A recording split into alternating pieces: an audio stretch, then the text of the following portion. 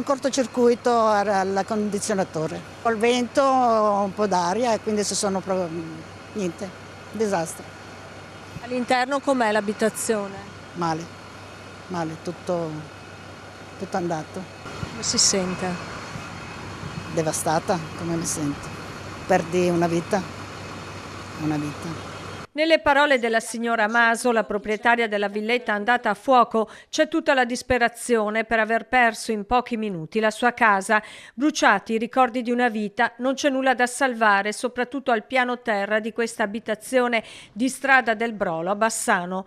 Quando è scoppiato il rogo in casa c'era lei con il marito Tiberio, tutto è partito dall'esterno, le fiamme si sono propagate molto rapidamente. Al lavoro per diverse ore le squadre dei Vigili del Fuoco di Bassano e Cittadella.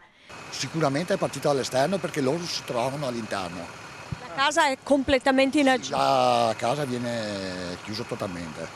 L'appartamento non è più agibile e lo stesso la tettoia fuori.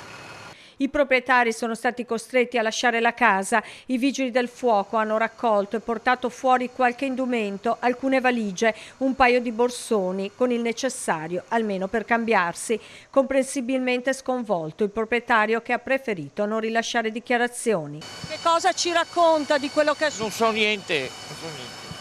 Sul posto anche gli agenti del commissariato di polizia. Le abitazioni della zona sono state evacuate, vista la presenza anche di una bombola di gas. Era collegata a un barbero chiusa, Che è stata portata all'esterno. portata all'esterno dalla tettoia, messa in sicurezza. Non mi lasciano entrare, va bene che la mia è questa di qua un po' staccata, però adesso io non sono in sicurezza di là, non lasciano entrare nessuno. I residenti hanno potuto far rientro in casa soltanto dopo la messa in sicurezza dell'area.